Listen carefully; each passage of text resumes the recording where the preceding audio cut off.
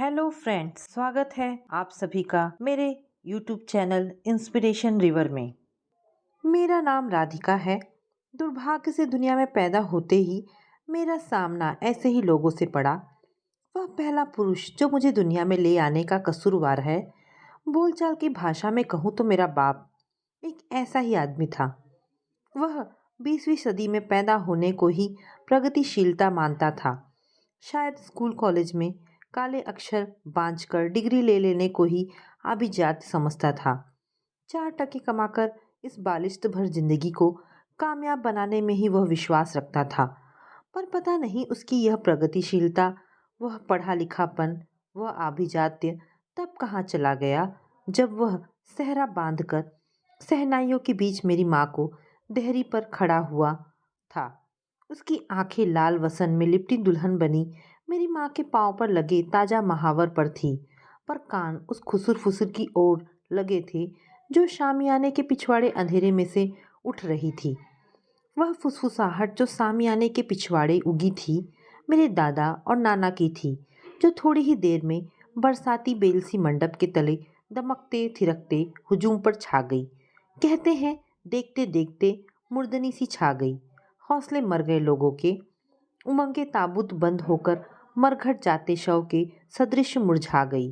कारण यह था कि मेरी माँ के साथ सहेजा जुटाया गया दहेज बहुत कम था, जिस पर मेरे बाप के पूरे परिवार को आपत्ति थी। मैं जो होती तो पूछती अपने बाप और दादा से कि क्या मेरी माँ इतनी सस्ती थी कि उसे डोली में बैठा ले जाने के लिए हर जाने के तौर पर माल मत्ता चाहिए था। क्या कीमत लगी उस दिन मेरे पिताश्री की, ये तो उन्हें भी ठीक से नहीं पता लग पाया जो बाराती बनकर उनके साथ गए थे। फिर भी इतना तय है कि जब माँ की डोली ससुराल में आकर उतरी तो उससे कोई खुश नहीं था। मेरे नाना ने माँ के ब्याह की तैयारी बरसों पहले से की थी और कहते हैं कि बाद में बरसों तक ही वह ब्याह का कर्जा चुकाते भी रहे, पर बेचारे समधियों को खुश नहीं भेज पाए अपने दरवाजे से। बड़ी बेदम सी दुआएं साथ लेकर गई मेरी माँ बाबुल से। तरस मुझे अपने पिता पर भी आता है, जो 7 कवच भरकर अर्धांगिनी बना तो लाया मेरी माँ को, पर उसका वो आधा अंग रोज रोज ही सताया जाने लगा घर में। जब माँ का दहेज का सामान खुला, कपड़ों का बक्सा उल्टा पुल्टा गया, रुपया गहना आका गया, तो एक ही राय बनी, खाली हाथ चली आई, या फिर तो चारों पहर जैसे घर में कोई माँ को कोचने सताने का हवन ही शुरू हो गया, जिसमें गाहे बगाहे सभी आहुति देते रहे। दादी, मेरे तीनों बुआ, चाचा, ताई और कभी कभी खुद पिता बारी बारी से हवन सामग्री डालते रहते उस यज्ञ में। एक कहावत है, हर माँ की ये साध होती है कि जब उसका लाल जवान हो जाए वो उसके लिए चांद सी दुल्हन लाए। पर मेरी समझ में ये नहीं आया कि चांद जैसी दुल्हनिया को बिसरा कर लोग वक्त आने पर सितारा की गिनती के फेरों में क्यों पड़ जाते हैं। पिता ने कभी सीधे मुंह बात नहीं की माँ से। चांद सी ही तो थी मेरी माँ, आसमान से जमीन पर झांकता चांद, इसलिए झुकी पलके हमेशा नीचे ही रही मेरी माँ की पलके। उन्होंने उठना सीखा, जाना ही नहीं कभी। धीरे धीरे अपने परायों की पहचान खोजती तलाशती मेरी माँ उस घर में पुरानी होने लगी। तभी आई मैं। बड़ी बुआ ने मेरा नाम रख दिया राधिका। माँ और पिताजी देह से मिलकर लाए थे मुझे, मन से नहीं। उन्हें क्या चाव मेरा नाम रखने का था। जो पड़ गया सो ठीक। पिताजी ने ब्याह की वेदी पर लिए वचन एक दिन भी नहीं निभाए। माँ को सुख दुख का साथी बनाना तो दूर, उस पर हाथ भी छोड़ बैठते थे जब तब। जब पहली ही बार मेरी माँ ने मार खाई और मूक साक्षी बने घर के सब लोग, तभी वह समझ गई कि खाली हाथ चले आने का यह दंश जिंदगी भर ढूंढना सहना है। और अपनी नियति खामोशी से गांठ बांध में बैठी माँ।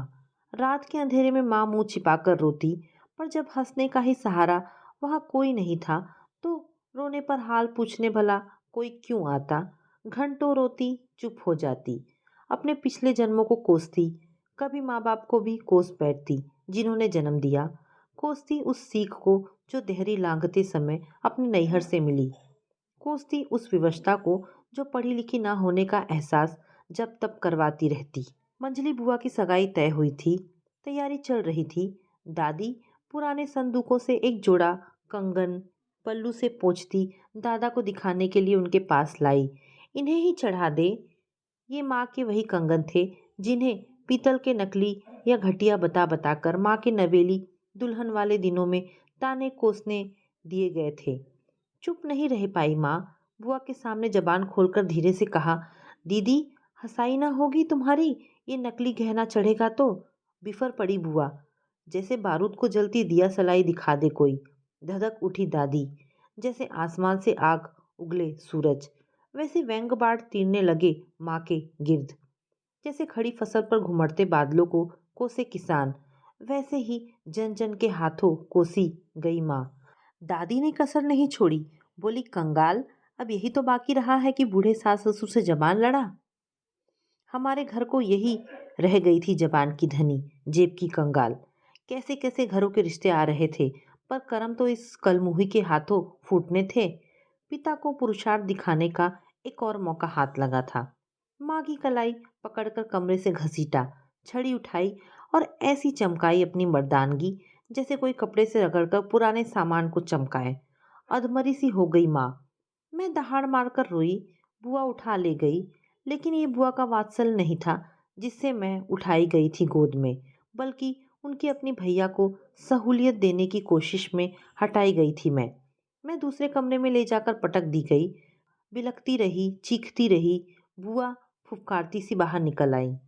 बित्ते भर की दीवार बीच में थी। उधर कलपती मेरी माँ, इधर चीखती मैं। घर भर में फैले थे हमारे अपने। कभी कभी जब मेरी बुआ मूड में होती तब मुझसे खेला करती थी।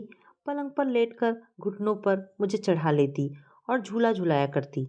खुश तो हो जाती, लेकिन ये खुशी ज़्यादा देर नहीं रह पाती, क्योंकि तभी किसी न किसी काम में जुटी मेरी माँ पास से गुजरती तो मैं उसके चेहरे पर अपनी इस खुशी के लिए कोई स्वीकार नहीं देख पाती।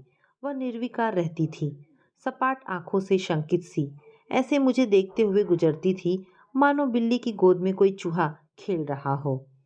खेल कब तक चले, अंजाम क्या हो, यह सब जैसे बिल्ली के मूड पर निर्भर हो। माँ की इस भयभीत असहायता में मेरी अपनी व्यवस्था घुल जाती थी। दिन भर काम में जुटी रहती थी माँ। एक दिन ना जाने क्या हुआ, दौरा सा पड़ा माँ को। किसी बात पर कहा सुनी होकर चुकी थी और प्रताड़ना के बाद हलकान होती माँ का रोजाना का सा कराहना सुबकना चल रहा था कि हिचकियाँ बढ़ने लगी, आंखें उलटने सी लगी, मुंह लाल हो गया, हाथ पैर थिरथराने से लगे।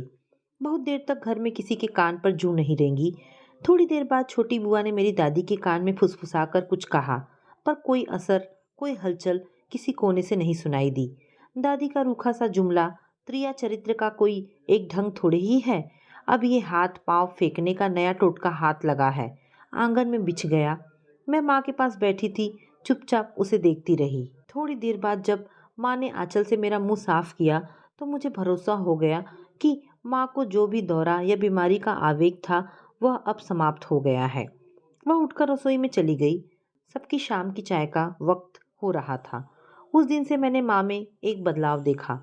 वह शाम को रोज भगवान जी के सामने दिया अगरबत्ती जलाने के बाद अब थोड़ी देर वहाँ चुपचाप खड़ी भी रहने लगी थी। कभी कभी यदि वहाँ आसपास कोई ना होता तो एक आध भजन भी गुनगुना लेती थी। एक दिन मुझे बहुत अच्छा लगा। शाम के समय घर में कोई नहीं था, दादी भी नहीं। अब माँ ने सांझ की पूजा बेला में मुझे भी अपने साथ खड़ा कर लिया। दीपक की लौ दीप दीप करके जल रही थी। मैं माँ के साथ हाथ जोड़े खड़ी हुई, अगरबत्ती के धुएं से उठते छल्लों को चुपचाप देखती रही थी। माँ अपनी हल्की पानीदार आवाज में गुनगुना रही थी, तेरी धरती मुकम्मल नहीं, अंबर पे जगह दे मुझे, मैं जीना नहीं चाहती।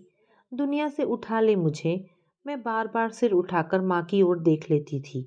तब माँ मेरे बालों में हाथ फेरती और फिर मुझे अपने से सटा लेती। मैं उसके आंचल में दुबक जाती। वह यथावत प्रणाम की मुद्रा में खड़ी हो जाती और उसकी स्वर लहरी किसी अरण्य निर्झर सी बह उठती। दुनिया है तेरी रहने के काबिल उनके, कि जो तुझको भूल सके, तेरे शिवालय को पत्थर बताकर खुद को जो भगवान कहे। मुझसे ये नहीं होगा, जो चाहे सजा दे मुझे। उस रात को सब काम से निपटने के बाद माँ जब सोने के लिए बिस्तर पर आई तो मैं पूछी, माँ तू जीना क्यों नहीं चाहती? वह चुप रही। उसकी देह गर्म थी। मैंने उसका पेट छूकर देखा, ताप था। उसका माथा भी भट्टी की तरह तप रहा था। माँ की आवाज़ को ना जाने क्या हो गया था। कुछ बोलने को होती फिर चुप हो जाती, कभी कभी रोने लगती, फिर चुप हो जाती। दूसरे दिन दोपहर में फिर पहले दिन जैसा ही दौरा माँ को पड़ा। वह कराहती रही। थोड़ी ही देर बाद अचेत हो गई। मैं दौड़कर बुआ को बुला लाई। बुआ ने देखा तो दादी को बुलाने गई। तभी माँ को होश आ गया। उसने दादी को आते देखा तो धोती का पल्ला सिर पर ले बिस्तर से उठने की कोशिश करने लगी, लेकिन वह उठ नहीं पाई, फिर से पसर गई। दादी थोड़ी देर कमरे में रुकी, फिर चली गई। उसके बाद अक्सर ऐसा होने लगा। माँ को दौरे जब तब पड़ने लगे। कभी घबराकर कमरा बंद कर लेती तो कभी तानों कोसनों से बचने को छत पर या गुसल घर में जाकर बंद हो जाती। एक दो बार अचेत भी हो गई। बातें तो इस बार में होने लगी थी, लेकिन दवा दारू की बात कभी माँ के लिए किसी ने नहीं सोची। एक दिन दादी ने ही मुझे बताया कि माँ पागल है। मैंने बुआ से भी पूछा तो वह भी यही बोली कि हाँ, वह पागल ही हो गई है।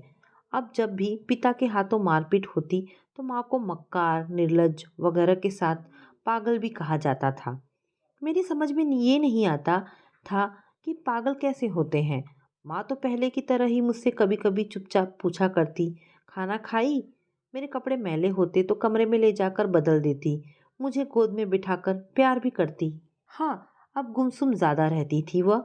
पिताजी से पूछने का तो साहस नहीं होता था, क्योंकि उनसे डरती थी मैं। पर माँ से एक दिन पूछ ही लिया मैंने, माँ तू पागल हो गई है क्या? माँ ने मेरे गाल पर कस के एक चपत जमा दी। मैं रोने लगी। दूसरे ही पल मेरे गिर्द अपना पल्लू लपेटकर मुझे छाती से भींच रही थी माँ। पर इससे मेरा रोना कम नहीं हुआ। आवाज़ सुनकर दूसरे कमरे से मेरी बुआ धड़धड़ाती हुई आई और माँ की गोद से मुझे छीनकर ले गई। मैं भी चुप होकर बुआ के साथ चली गई।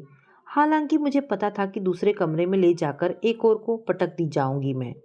पर माँ की गोद से मुझे छीनते हुए बुआ के चेहरे पर ठीक वैसा ही भाव था, जैसे कोई सती साध्वी पापी बात से किसी घायल परिंदे को बचाने चली आई हो।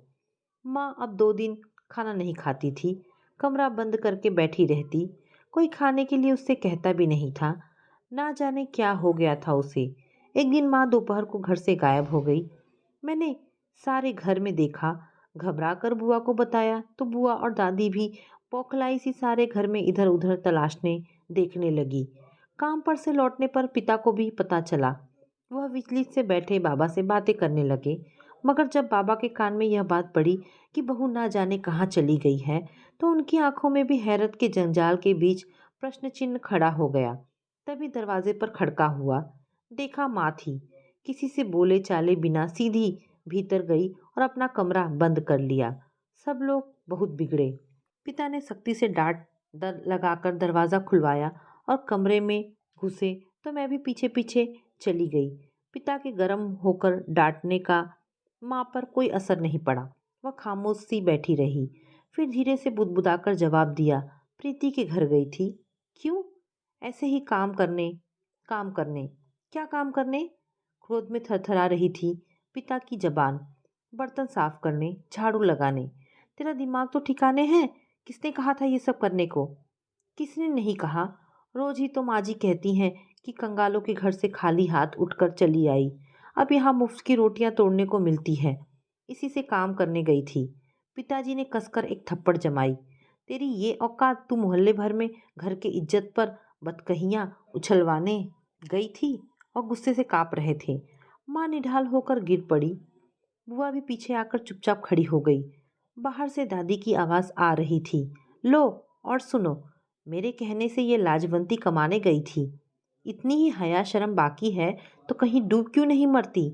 मैंने जो कह दिया तो क्या गलत कहा?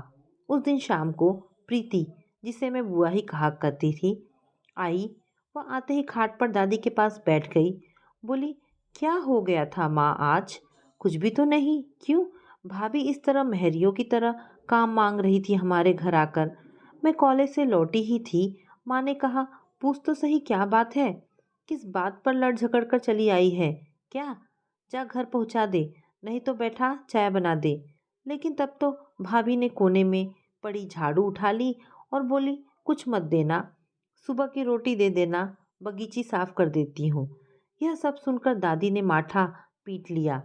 पिताजी को भी ये सब जानकर बहुत क्रोध आया। उस दिन से माँ हमेशा कमरे में बंद करके रखी जाने लगी। अब मुझे भी उसके पास नहीं जाने दिया जाता था। माँ चुपचाप बिस्तर पर पड़ी रहती थी और ऊपर देखती रहती थी। अब वह पहले की तरह रोती भी नहीं थी। हाँ, कभी कभी मुझे भी अब लगने लगा था कि ये सब ठीक कह रहे हैं, माँ सचमुच पागल हो गई है। अब माँ के कमरे में कोई नहीं जाती थी। मैं भी बुआ के पास या दादा के पास सोती थी। माँ कब सोती है, कब जागती है, क्या खाती है, किसी को नहीं पता चलता। हाँ, पिता कभी कभी जब रात को बहुत देर से आते तो माँ की कोठरी में घुस जाते। कभी कभी वहाँ से चीखने पुकारने की आवाज़ें आती थी। कभी नीरव खामोशी बंद कमरे पर चिपकी रहती। कैसा हो गया था घर। घर से जैसे माँ का साया ही किसी अंधेरे में लीन होकर छिप गया था। जैसे घर की किताब से माँ नाम का सफ़ा ही फट कर गायब हो गया था। माँ के बारे में अब कोई बातचीत भी नहीं करता था। थोड़े दिन बाद एक दिन मैंने सुना कि मेरी माँ को बच्चा होने वाला है। सचमुच माँ का पेट बहुत बड़ा हो गया था। माँ सोई रहती। सुबह का खाना दोपहर तक, शाम का अगली सुबह तक कमरे में बिखरा पड़ा रहता। आधा खाती आधा छोड़ती। घर पर जो औरतें मिलने आती थी उनकी और दादी की बातों से मुझे पता चला कि माँ को जो बच्चा होने वाला था वह मेरा भाई नहीं है। मुझे बड़ा अचरज हुआ। ये बात मेरी समझ में बिल्कुल नहीं आई कि मेरी माँ के पेट से पैदा होने वाला बच्चा मेरा बहन या भाई क्यों नहीं होगा। किसी की माँ को कोई बच्चा होता है तो वो उसका भाई ही तो होता है। फिर ये इस हाल में, और फिर क्या हो गया? कोई औरत पूछती। दादी कहती, अब कोई क्या करे, इसका क्या कोई ठिकाना है, पागल जात है, चौबीसों घंटे बांध कर भी तो नहीं रख सकते, कौन इसके पीछे पीछे फिरे। तो क्या? औरतें आश्चर्य से देखती थी। डॉक्टरों को दिखाया, इतना इलाज करवाया, सैकड़ों रुपए की दवा आ गई, पर घर की बहू को पागल खाने छुड़वाने की हिम्मत भी तो नहीं होती। दादी ने सफ़ेद झूठ बोला। मैंने आज तक घर में कभी डॉक्टर या वैद्य को आते नहीं देखा। कभी एक पैसे की भी दवा गोली माँ के लिए लाते घर में किसी को नहीं सुना। मैं बीच में खेलने ही वाली थी मैं बीच में ही बोलने वाली थी कि बुआ ने किसी काम से आवाज़ दे ली। एक रात को कोठरी खोलकर माँ फिर बाहर निकल गई। थोड़ी ही देर बाद जब छत पर से किसी की निगाह पड़ी, पिता ने दौड़कर पकड़ लिया और एक रस्सी से बांधकर फिर से कोठरी में डाल दिया। अब माँ को गुसल खाना के लिए भी कोठरी से बाहर नहीं निकाला जाता था। मैं अब माँ के पास जाने से डरती थी। कभी कभी खिड़की से चुपचाप देखती थी जाकर। हरदम माँ के मैले कपड़ों में से बदबू आती रहती थी। माँ के तन पर मक्खियाँ भिनभिनाती रहती थी। मैं देख नहीं पाती, रो भी नहीं पाती थी। थोड़े दिन के बाद ताऊ जी के घर भेज दी गई। अब मैं वहीं रहने लगी। मैंने दाखिला भी वहीं ले लिया था। वहाँ भी सबको पता चल गया था कि माँ पागल हो गई है, जंजीर से बांध कर रखनी पड़ती है। मुझे सबका ये बातें करना अच्छा नहीं लगता था। कभी यदि मैं कहती कि माँ पागल नहीं है तो सब हंसते थे। बुआ जब ताऊ जी के घर आती तो देर देर तक ताई जी को माँ के किस्से सुनाया करती थी और मुझे वहाँ से हटा देती थी, पर फिर भी मैं माँ की बात छिप छिप कर सुनने की कोशिश करती। बुआ ने बताया कि जब मेरी माँ को बच्चा हुआ तो वो कुट्टी से बाहर निकली हुई थी। रात में बाहर देहरी पर ही हो गया बच्चा। ना जाने दरवाज़ा किसने खोला, कैसे खोला। मेरे रोंगटे खड़े हो गए सुनकर। बच्चा होने के थोड़ी देर बाद ही मर गया था। माँ सुबह होश में आई। वह बिल्कुल कृशकाय सी हो गई थी। घंटों चिल्लाती रही। मैं स्कूल जाती थी, इसलिए ताऊजी बार बार कहने पर भी मुझे माँ के पास नहीं भेज रहे थे। वे मुझे समझाते, जब माँ ठीक हो जाएगी तो उसे यहीं बुला लेंगे, तुम फिक्र मत करो। कौन करेगा माँ को ठीक, मैं पूछती। फिर माँ के पास जाने के लिए मचलने लगती। मैं खूब जिद करके रोई भी थी। मैं माँ को बार बार देखना चाहती थी कि वह अब कैसी हैं, परंतु ताऊ जी ने प्यार से मुझे चुप करवा दिया। ताई ने गोद में बिठाकर मुझे दुलराया। ताई ने गोद में मुझे भींच लिया, पर बोली कुछ नहीं। मैं सब कुछ भूल गई। थोड़े दिनों बाद पता चला कि मेरी माँ मर गई। तब मैं किसी के रोकने से नहीं मानी। उसी दिन ताऊ जी को मुझे साथ लेकर घर जाना पड़ा। घर में सब थे पर माँ नहीं थी। माँ के पास मैं बहुत दिनों से डर और बदबू के कारण जाती भी नहीं थी, पर एक बार, सिर्फ एक बार, बदबू ही सूंघने को सब कुछ फिर से देखने को तड़प गई मैं। घर धुला-धुला सा था, माँ की कोठरी भी साफ ठीक-ठाक कर दी गई थी, पर सारे घर में फैले साफ-सुथरेपन में कहीं गंदगी, घिनौनापन ढूँढती फिरती रही मैं। गली के बाहर कुत्तों को गौर से देखती, जिन्होंने मेरे भाई को चाटा होगा, पर मैंने ताऊ जी के साथ लौटने से इनकार कर दिया, फिर वहीं रहने लगी। बहुत साल बीत गए, कई दिन रात ओझल होते चले गए, सब कुछ फिर से यथावत चलने लगा। मेरी दूसरी माँ घर में आ गई। इस नई माँ को मेरी दादी पहले की तरह कुछ कहती नहीं थी। शायद ये पहले वाली माँ जैसी गरीब भी नहीं थी, बहुत तेज भी थी। दादी की हर बात को किसी न किसी जवाब से बांध कर रखती थी। मुझे इस बात से अनजाने सी खुशी होती थी कि यह माँ खाली हाथ नहीं आई थी, इसीलिए अब इसके पागल हो जाने या मुझे छोड़कर चले जाने का सवाल नहीं था। मैं सोचती, अब इसके पेट से मेरा भाई होगा तो मैं यहीं रहूंगी, उसे गली के कुत्तों को चाटने नहीं दूंगी। यह नई माँ प्यार करती थी मुझे, फिर भी कभी कभी मुझे अपनी वही खाली हाथ वाली माँ याद आती थी। बस वही माँ। फिर रोने को दिल चाहता था, पर मैं रो नहीं पाती थी, चुप करवाने वाली माँ जो नहीं थी। तो दोस्तों, ये कहानी यहाँ पर समाप्त होती है। आशा करती हूँ कहानी पसंद आई होगी। अगर कहानी पसंद आई है तो प्लीज़ इसे लाइक एंड शेयर करें।